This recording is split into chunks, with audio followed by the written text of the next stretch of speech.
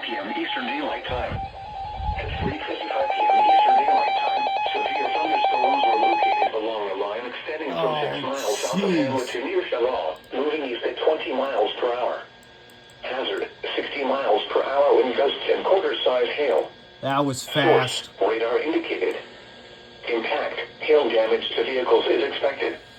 Expect wind damage to roofs, siding, and trees. Locations impacted include Laurinburg, Rayford, Maxton, Lybrand, Gibson, East Laurinburg, Laurel Hill, and Beaumont.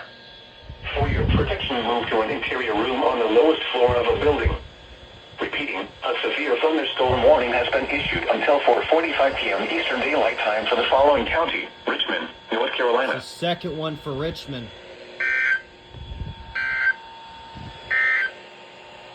The National Weather Service in Raleigh has issued a severe thunderstorm warning for southeastern Well, that's what GSP will, Raleigh will do to you, but GSP is responsible for toning that. Northeastern Richmond County and central North Carolina, west central Cumberland County and central North Carolina, Crazy. northern